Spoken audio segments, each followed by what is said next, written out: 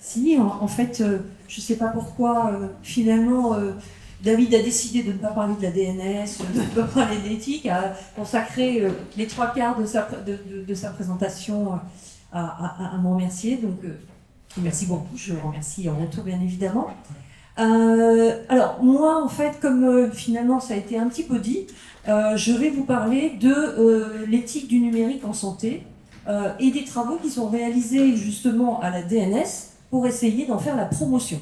Alors, je suis persuadée que si je vous demande à chacun qu'est-ce que c'est que l'éthique du numérique en santé, je n'ai pas sûr qu'on ait même des choses qui se ressemblent. C'est même pas les mêmes définitions. On n'est pas sûr d'avoir des choses qui se ressemblent. Donc nous, on a été finalement assez simple dans l'approche, c'est qu'on s'est donné finalement notre définition et on va la partager ensemble. Alors je commence toujours par ce texte-là qui dit s'il n'est pas éthique de déployer un numérique en santé qui ne serait pas éthique, on est bien d'accord, on n'en veut pas du numérique en santé qui ne serait pas éthique. Parce que quelque part, il va violenter finalement un certain nombre d'acteurs et qui finalement ne se retrouveront pas dans cet outil-là. Eh bien, en contrepartie, il n'est pas non plus éthique de ne pas déployer un numérique en santé qui serait éthique. C'est-à-dire qu'il y a probablement aussi une perte de chance à ne pas se donner les moyens de déployer un numérique en santé qui serait éthique. Donc du coup, c'est assez tautologique sur le résultat, c'est qu'il faut donc se donner les moyens de déployer un numérique en santé éthique. Voilà. Mais du coup, l'éthique, c'est quoi l'éthique du numérique en santé? Alors nous, on s'est donné cette définition-là, c'est-à-dire qu'on s'est dit, ok, on est dans la santé, donc on prend très classiquement les principes de la bioéthique, c'est-à-dire bienfaisance, non-malfaisance, justice, justice-équité et autonomie. Mais en même temps, on n'est pas que dans la santé, aussi on a du numérique. Et le numérique, on le voit comme un outil. Et donc un outil, en gros, s'il est éthique, c'est que, on va demander à un outil d'être facile à utiliser, d'être utilisable du coup par tous, d'être au service de son utilisateur, et d'être aussi avec le moins d'impact environnemental. Donc quand on croisait les deux, on trouvait qu'on était finalement bien par rapport à ce qu'on essayait de définir comme l'éthique du numérique en santé. Alors bien sûr, ça s'est intégré dans un certain nombre de principes qui vont attacher ces propriétés-là à des outils.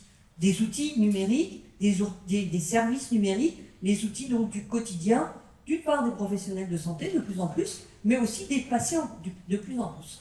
Donc on voit bien, par exemple, si j'en prends un sur la justice et l'équité, on dit que les services numériques doivent permettre aux utilisateurs d'être justes en proposant une égalité de traitement des personnes. Les charges et les avantages doivent être répartis équitablement. Qu'est-ce que tu fais, toi? Bonjour. Oui, viens, Isabelle, je t'en prie.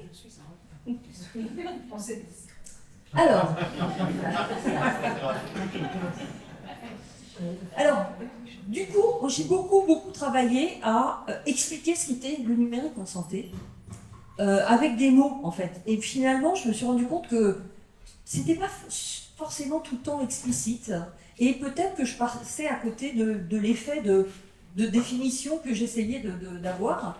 Alors du coup, j'ai donné maintenant des exemples de non-éthique, de numérique en santé non-éthique. Alors par exemple, dans le cadre d'une téléconsultation, vous prenez un rendez-vous de téléconsultation en ligne, et puis vous essayez de choisir votre rendez-vous. Si finalement on vous annonce au moment du devis, c'est-à-dire vous avez choisi votre médecin, vous avez choisi votre horaire, on vous annonce à ce moment-là qu'il y a des services optionnels payants, et que donc finalement ça coûtera 45 €, en plus de la partie qui est prise en charge par l'assurance maladie. Ça clairement, c'est pas éthique. D'accord? Parce que ça veut dire qu'à un moment donné, on a laissé le patient naviguer dans l'interface en ne lui alertant pas sur le fait qu'il s'orientait vers des choix qui allaient lui donner des coûts additionnels.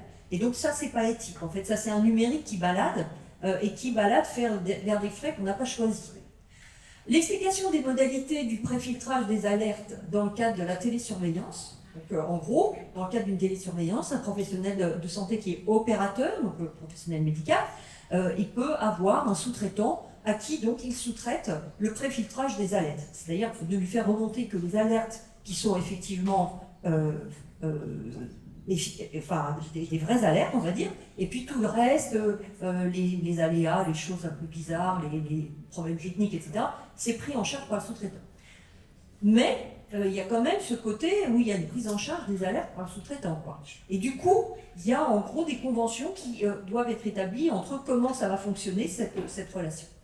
Et le problème, c'est que nous, on nous a remonté que, en gros, cette convention, elle fait l'objet d'un document contractuel, et en fait, il y a des trucs qui sont cachés au fin fond du document, et que finalement, en fait, le professionnel, l'opérateur ne voit pas, en fait. Alors, après, il y a un devoir d'information, et donc, l'information est liée, mais elle n'est pas accessible, donc c'est comme si elle n'était pas. Ouais. Et donc ça, c'est pas éthique. Donc après, nous, on recommande dans toutes les organisations qui vont développer des outils à destination des professionnels de santé, des patients, etc., on recommande qu'il y ait un comité scientifique et éthique. C'est-à-dire un comité qui ait un panel représentatif des utilisateurs, et puis quand c'est des professionnels de santé qui utilisent pour un certain profil de patients, également les patients pour lesquels il y aura cette utilisation. Et en fait, on s'aperçoit parfois que les gens cochent la case du comité scientifique et éthique avec un comité qui est constitué du directeur commercial, d'une partie de sa famille et des salariés de la boîte, donc c'est pas éthique. Clairement, c'est pas éthique non plus. Et puis, avoir un service dégradé si on n'accepte pas la réutilisation secondaire de ces données de santé, c'est un choix, je veux dire, c'est pas obligatoire, donc ça ne doit pas se traduire par une dégradation du service. Là, maintenant, il y a des fois des services où, finalement, vous choisissez la réutilisation pour la recherche, mais pas, par exemple, pour les statistiques qui vont servir à l'éditeur. Et ben, vous pouvez avoir parfois le fait de s'abonner à une newsletter ou d'avoir 1 euro par mois, ou enfin des choses comme ça. Donc, c'est pas éthique, moi, je veux dire, c'est mon choix, c'est pas obligatoire, je choisis de pas le faire. C'est le même service, la même qualité de service. Et subir un problème de collision d'identité sans pouvoir le résoudre, parce que imaginez qu'un jour vous vous connectiez, je sais pas, je dis n'importe quoi, sur votre compte Amélie, puis en fait vous rentrez votre mail, votre mot de passe, il ne vous reconnaît pas. Et puis en cherchant, vous comprenez que finalement il y a une collision et que finalement votre mail ne marche plus parce que c'est un mail de quelqu'un d'autre qui a pris votre place. Et en fait, vous n'avez pas du tout de possibilité pour essayer de résoudre le problème. C'est une espèce de cage dans laquelle on a beau s'agiter. En fait, on peut pas accéder à quelqu'un pour expliquer son problème. Et ben ça non plus, c'est pas éthique. Donc maintenant qu'on est tous au clair avec ce que c'est que l'éthique du numérique en santé, je vais vous présenter les travaux en fait qui ont été réalisés par la cellule éthique de la DNS avec finalement l'élaboration d'un corpus documentaire qui caractérise le cadre de l'éthique du numérique en santé et qui fait intervenir un certain nombre de groupes de travail. C'est pour ça que David disait, peut-être que vous êtes dans des groupes de travail, et j'en vois quelques-uns, donc voilà. Donc en gros, on parle à un certain nombre d'acteurs, on parle aux utilisateurs professionnels de santé, aux usagers, au grand public, mais aussi aux patients, et on a donc tous ces groupes de travail. Peut-être une petite mention spéciale sur les 2 derniers qui sont en cours de lancement, puisque les autres, on va les reprendre un peu rapidement. C'est un groupe de travail sur l'éthique du jumeau numérique. Quels sont les droits du jumeau numérique? Est-ce que le traitement des données du jumeau numérique, finalement, c'est le traitement d'un objet à part, ou est-ce que ce sont finalement les données du patient dont il est jumeau? Ce genre de un petit peu réflexion. On a aussi en lancement un groupe de travail sur l'éthique de l'IA, mais une IA qui serait positive et qui servirait à la démocratie sanitaire. Et puis tous les autres, je vais les voir un petit peu rapidement, comme ça on va pouvoir y aller. Donc au niveau du premier groupe de travail, c'est un groupe de travail historique, c'est pas par hasard qu'il s'appelle GT1, c'est le plus ancien. On a construit donc des films d'animation à destination du grand public. Une première vague de films qui expliquait les bénéfices d'un numérique en santé éthique. Et deuxième vague de films qui expliquait en quoi le numérique en santé qui était déployé était éthique. Alors, je vous laisse un peu regarder, mais j'attire votre attention sur le dernier qui, en fait, expliquait qu'on pouvait ne pas consentir.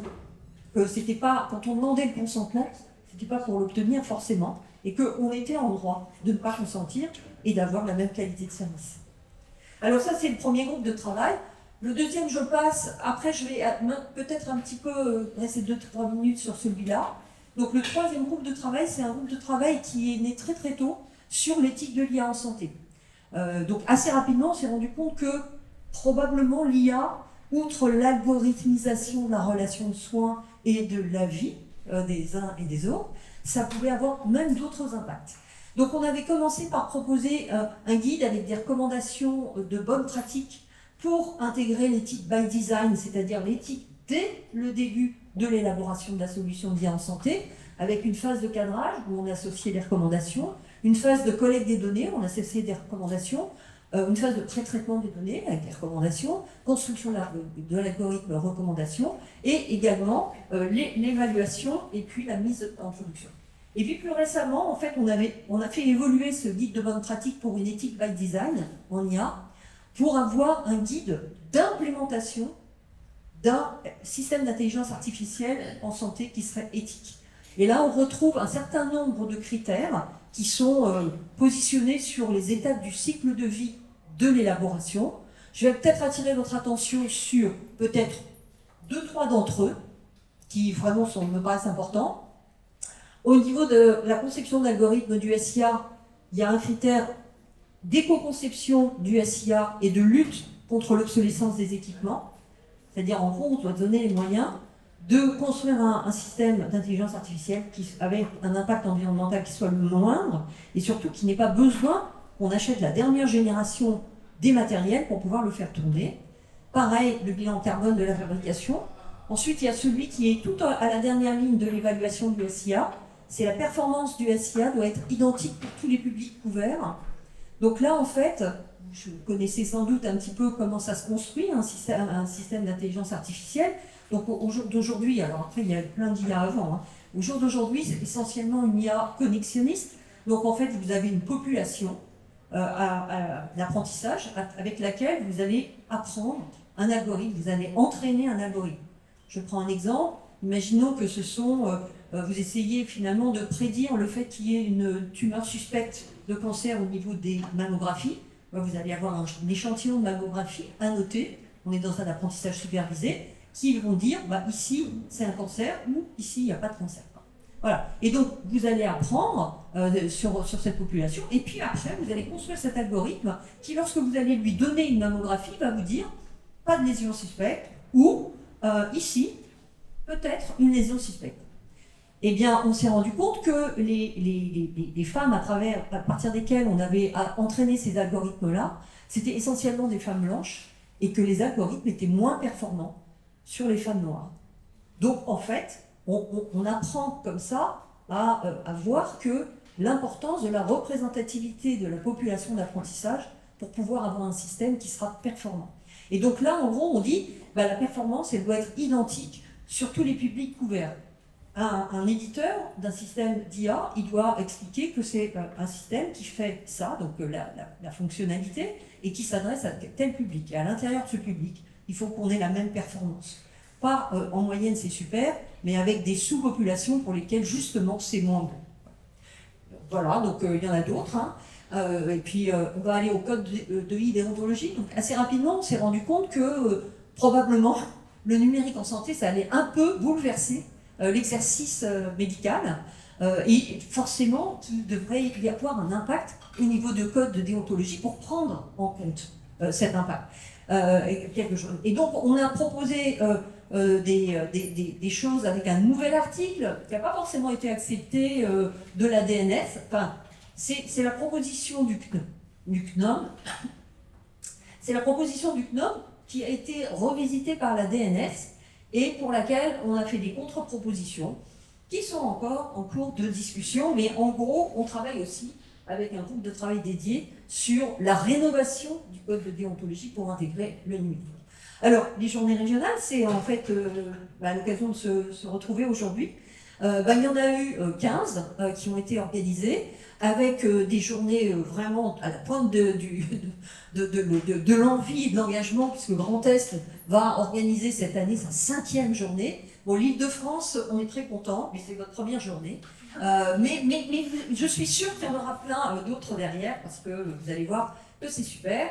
Et puis, le GT6, on en a un peu parlé avec Joël, c'est que le numérique en santé, en fait, même sans IA, il y a un impact environnemental.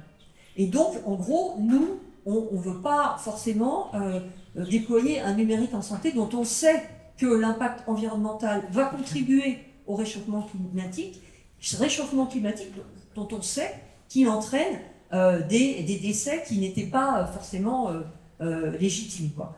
Donc on ne peut pas d'un côté dire, nous on est au ministère de la Santé et on travaille sur effectivement la santé des personnes, et de l'autre côté déployer un numérique qui va réchauffer la planète. Donc voilà.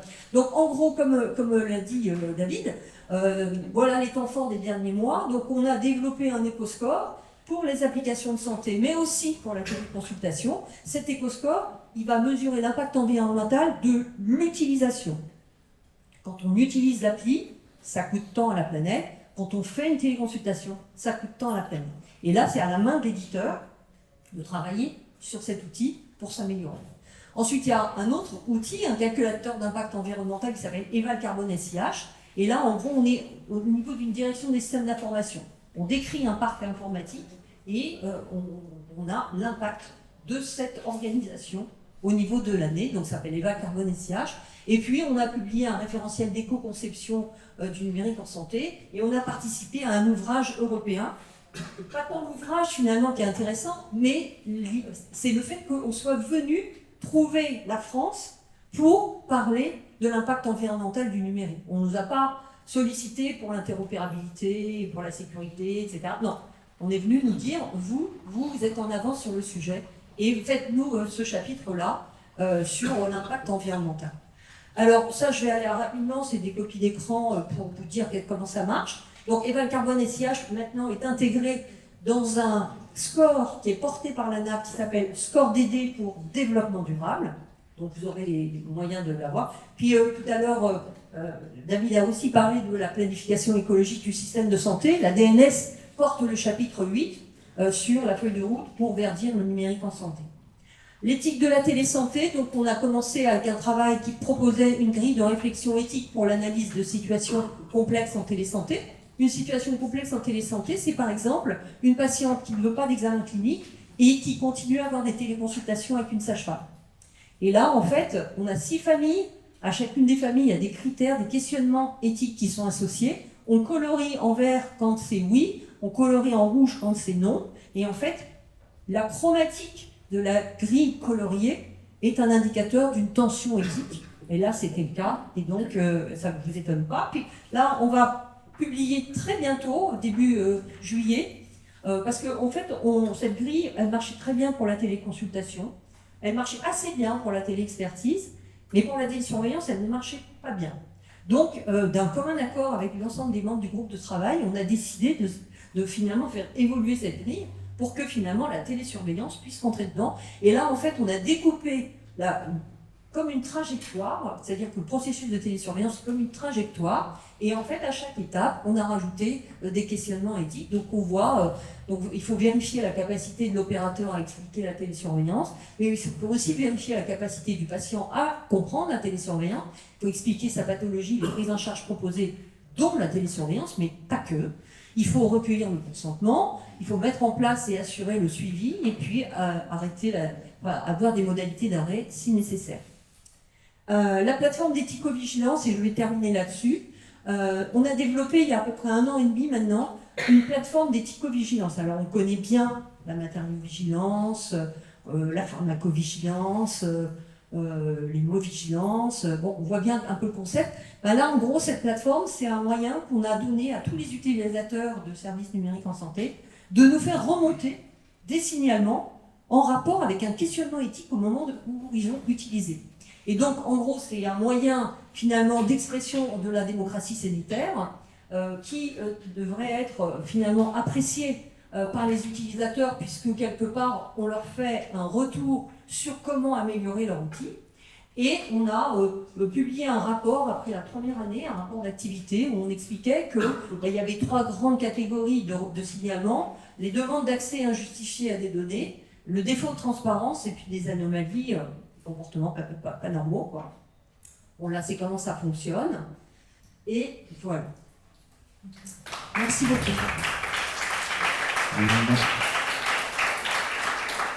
Merci, Brigitte. Est-ce que tu voulais dire autre chose? Non, moi j'ai fini, mais je voulais savoir s'il y avait peut-être des questions. C'est ça. Oui. Et voilà, c'est ça. Est-ce que quelqu'un a des questions-réponses? N'hésitez pas à lever la main. Tout ça, c'est formidable.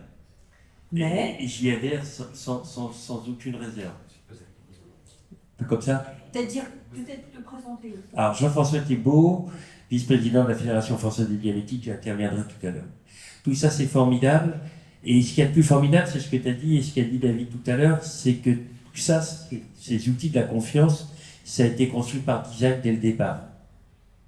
C'est-à-dire que ce soit la confiance, que ce soit l'équipe, que ce soit la sécurité, que ce soit l'éco-score, que ce soit la participation des usagers et j'en suis, donc je suis témoin, et que ce soit la transparence avec l'éthico-vigilance, tout ça, ce qui est formidable, c'est parce que dès le départ, on le fait. Ce qui aurait été bien, c'est de pouvoir, faire pareil avec tout ce qui est en présentiel. Parce que tout ce que tu décris, qui est parfait, et le comparateur, ça doit être est-ce que c'est mieux qu'en présentiel ou pas, et quelles sont les différences. Et on voit que là, le numérique apporte des outils extrêmement importants qui permettent de remplir ça, et ce qui n'est pas le cas dans le présentiel. Par exemple, si on prend le dernier point sur l'éthico-vigilance et la capacité, j'aurais bien aimé qu'il y ait la même transparence avec l'ordre des médecins et qu'on sache exactement qu'est-ce qu'il y a et ça ne remonte pas. Donc ce que je veux dire par là, c'est que malgré toutes les réserves qu'on peut dire, le numérique, ça apporte la sécurité en plus, ça apporte la transparence en plus, ça apporte des choses en plus, et voilà, et pas des limites. Voilà, c'est ce que je voulais dire. Alors, je vais répondre. Alors, le numérique, il faut le voir de deux manières.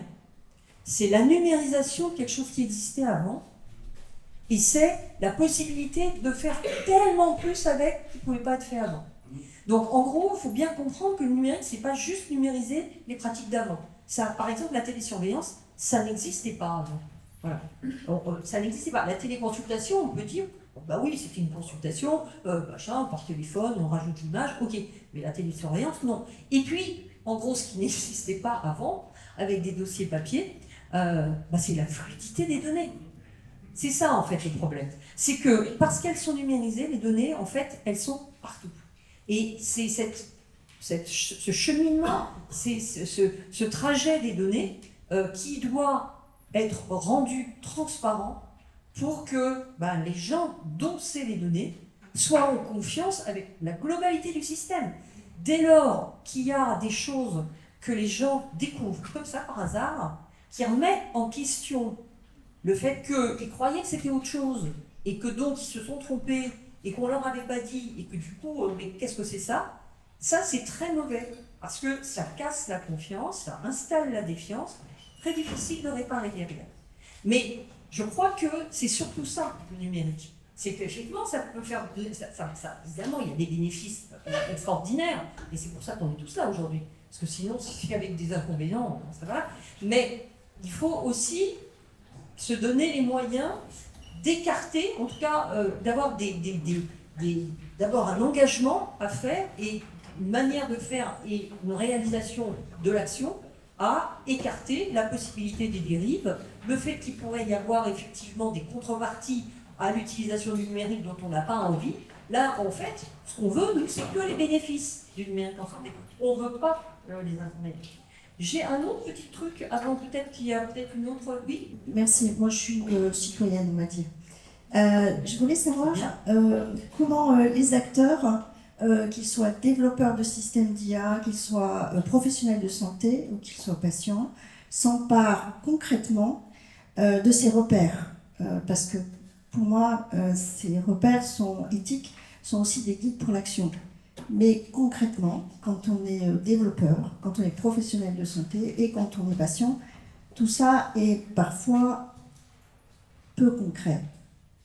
Parce que ça renvoie aussi à un manque de culture, de connaissances, de principes qu'on découvre quand on travaille sur la matière, mais pas forcément quand on utilise en fait le numérique au sens large. Vous avez tout à fait raison, effectivement.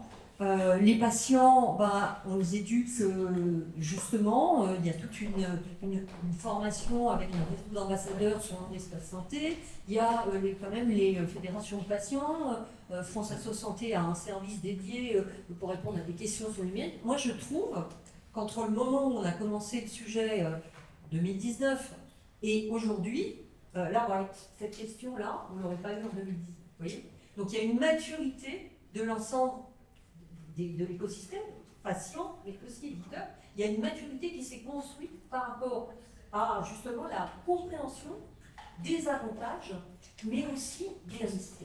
Et du coup, les gens sont plus engagés à travailler sur le fait d'éviter les risques. Alors après, c'est comme d'habitude, hein.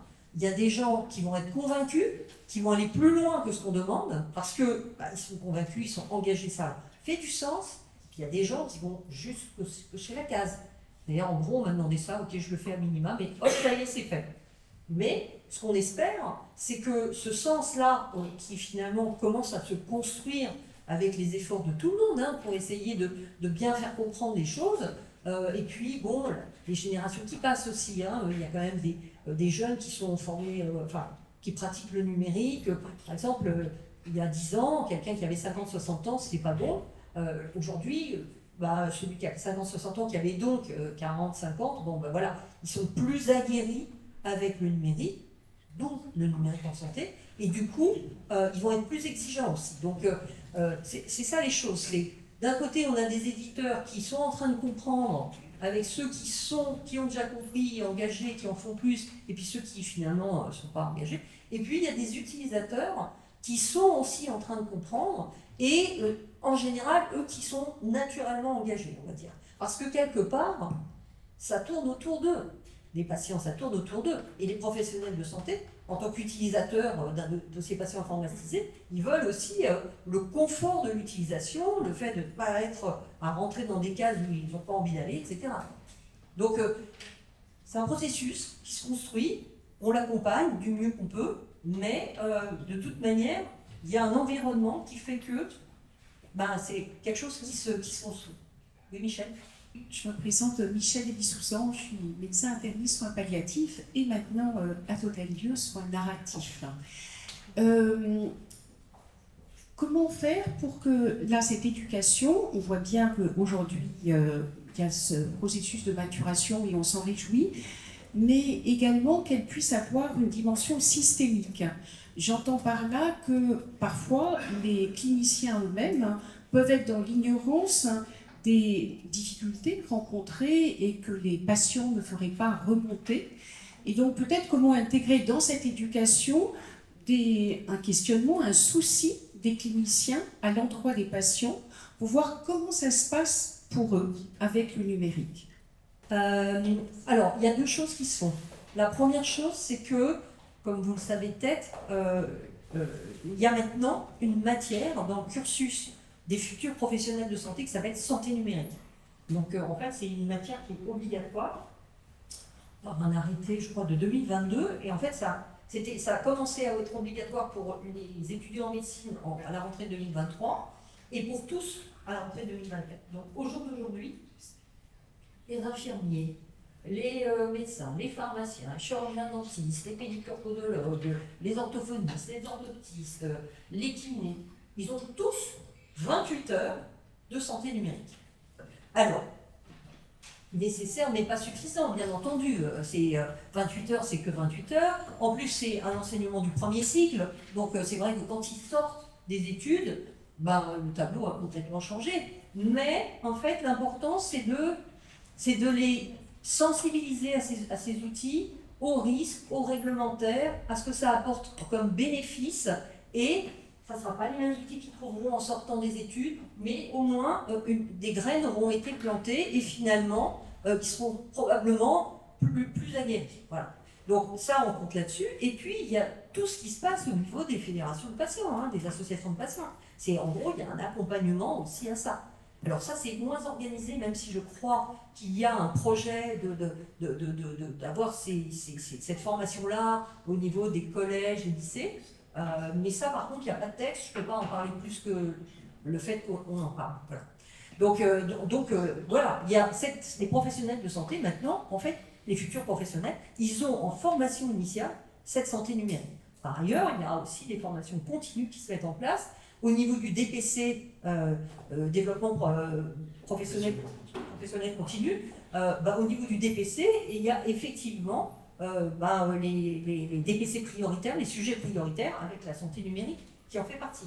Donc il y a eu, comme l'a dit tout à l'heure Nicolas, qui a parlé de la SASN, donc la stratégie d'accélération de la santé numérique, qui a donné lieu à beaucoup d'initiatives qui permettaient de promouvoir plein de choses, dont la formation.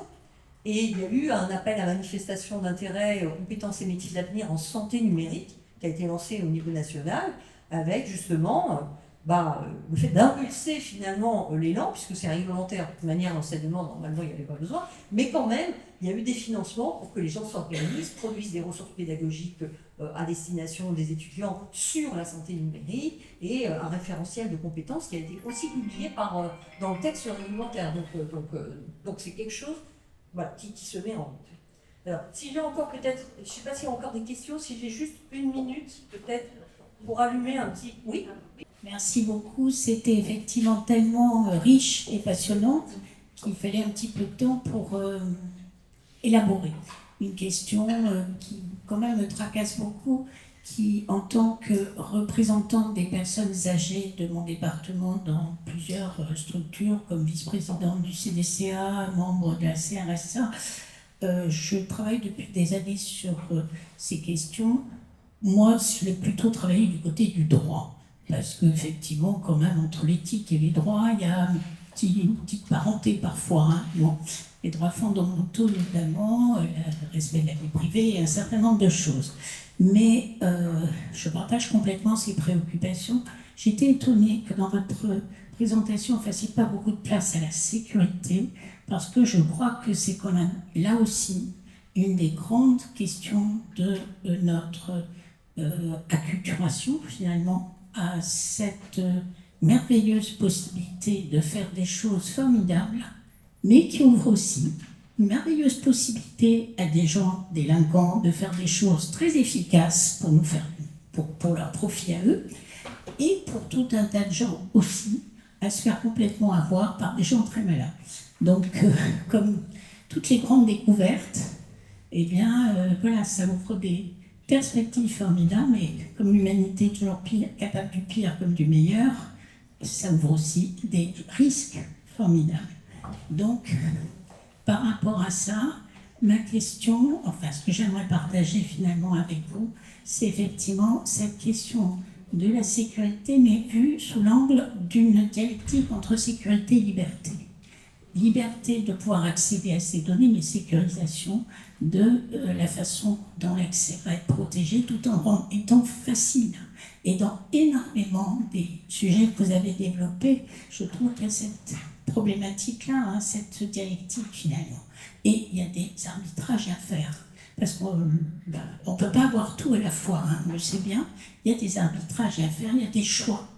Voilà, en termes de choix, un certain nombre de choix politiques, on peut dire, de santé, devraient aussi pouvoir être inscrits davantage dans des textes qui permettent en tout cas que ça ne soit pas uniquement quand la personne se plaint qu'il puisse y avoir une sanction.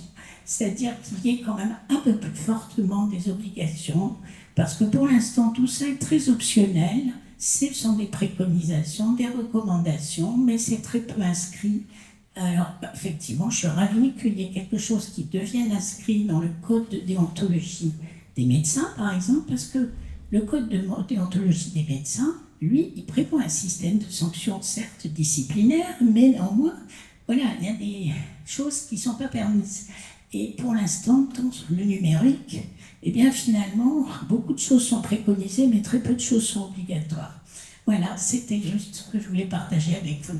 Une question, on va dire, à palier. Donc, première question, pourquoi est-ce qu'on ne parle pas de sécurité ? En fait, la maison de la e-santé qui incarne la feuille de route, je ne sais pas si vous connaissez cette maison, en fait, c'est une maison avec des étages et des fondations en sous-sol. Donc, le sous-sol le plus profond, c'est le seul des référentiels socles, ce sur quoi tout le reste s'appuie. Et en fait, il y a 3 référentiels socles. Il y a la sécurité, l'interopérabilité et l'éthique. Tout ça pour dire que moi, en parlant d'éthique, je ne vais pas aborder la sécurité qui est traitée par le référentiel de sécurité. Voilà. Donc en fait, c'est juste une question de compartimentage. Ces interrogations que vous soulevez, elles existent, mais elles sont traitées ailleurs. Nous, on est dans l'éthique. Ça, c'est la première chose. Donc la deuxième chose, il y a ce côté,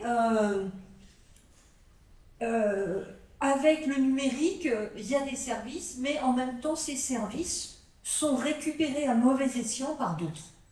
Bon. Alors, je vais vous donner un exemple qui va traduire cette espèce de paradoxe. Donc le DNP, vous savez que, je sais pas, vous savez peut-être pas, peu importe, en tout cas, donc, ce dossier médical partagé, en gros, tout professionnel de santé peut techniquement y accéder. Peut techniquement y accéder. Par contre, il va laisser des traces. C'est-à-dire qu'on va savoir qui y a accédé. Et c'est un choix qui avait été fait parce qu'on s'était dit, il vaut mieux que les gens puissent avoir accès dans des situations où c'est tellement indispensable que si on freine cet accès, on n'aura pas l'accès dans des situations où c'est indispensable et on aura tout perdu. Puisque ce dossier médical partagé, c'est le fait de mettre à disposition des acteurs de la prise en charge d'un patient l'histoire de sa maladie. Donc, imaginons qu'un patient, finalement, il arrive, il a un accident sur la route, il arrive dans les urgences, dans un hôpital, personne ne le connaît. Ils ne savent pas s'il a des pathologies, quels sont les médicaments qu'il prend, ils ne savent rien. Donc, du coup, on se dit que quand même, probablement, il va avoir une moins bonne prise en charge que si les urgentistes pouvaient avoir accès à ces informations et optimiser finalement la compréhension de sa prise en charge. Donc, au début, il y avait ce système où on empêchait, techniquement, on pouvait pas, il faut aller vraiment techniquement, on pouvait aller que dans les DNP des patients dont on avait la prise en charge, et du coup, on a laissé tout ouvert. Et ça, quand les professionnels de santé l'ont réalisé, c'est vrai qu'il y a eu une espèce de frisson, quoi. Mais on compte aussi sur la déontologie des gens, et le coup là, d'histoire médiatisée, je ne sais même pas si c'est vrai, là, que tout le monde avait été voir le carnet de vaccination de Macron pendant le Covid, ça c'est possible. Voilà, c'est des choses qui seront possibles parce que on peut, en étant professionnel de santé, on peut y avoir accès. Par contre, attention, les accès indus sont fortement sanctionnés par la CNIL. Et donc, le coût de laisser des traces, c'est pas du tout anodin. Voilà. Et c'est pour ça, la contrepartie, si vous voulez, du fait que c'est la liberté absolue, c'est que quand on y va, on laisse des traces. Et donc, du coup, soit parce qu'on sait qu'il ne faut pas y aller, soit parce qu'on n'a pas envie de laisser des traces, on y va. Donc ça, c'était la deuxième question. Et je crois qu'il y avait une troisième question. C'était quoi? Les textes. Oui, la sanction. Ouais. Alors, vous savez, en fait, dans tout ce qui est réglementaire, il y a 3 moments. Il y a 1, l'incitation, voire même avec des financements à faire. 2, rien, il faut toujours le faire, mais rien. Et puis 3, sanctions, quand on ne le fait pas. Donc là, pour l'instant, on est plutôt dans l'incitation à faire. Voilà.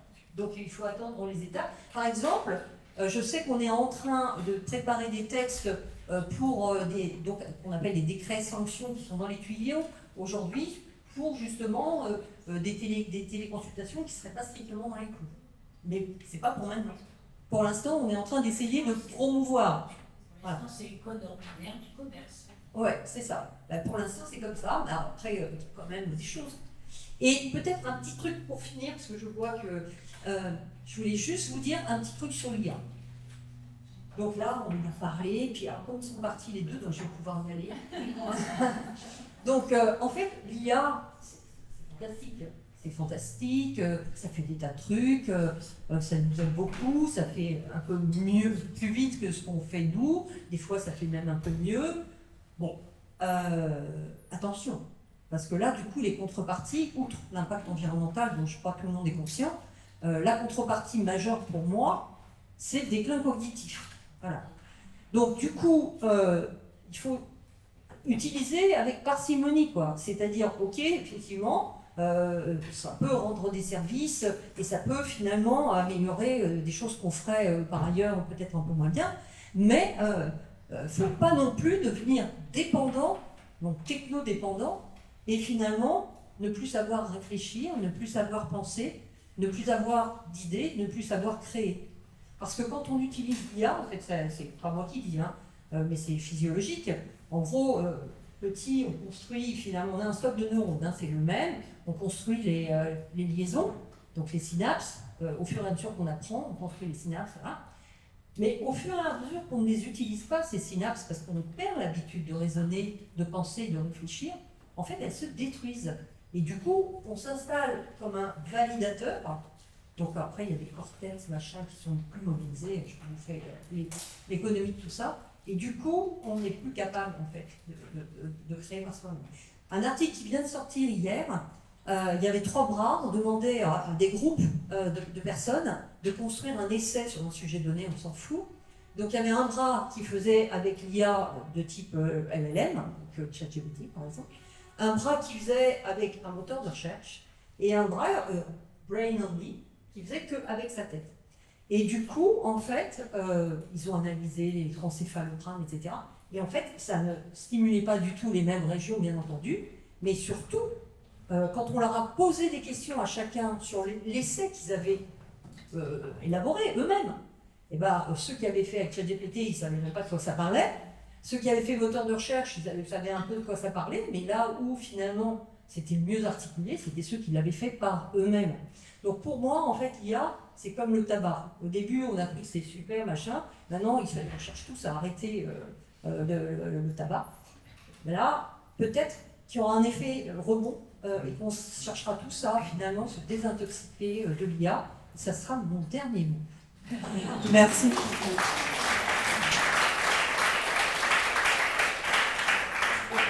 Merci d'avoir si bien planté le décor. Ouais, ils sont partis, oui, c'est vrai, mais ils vont revenir.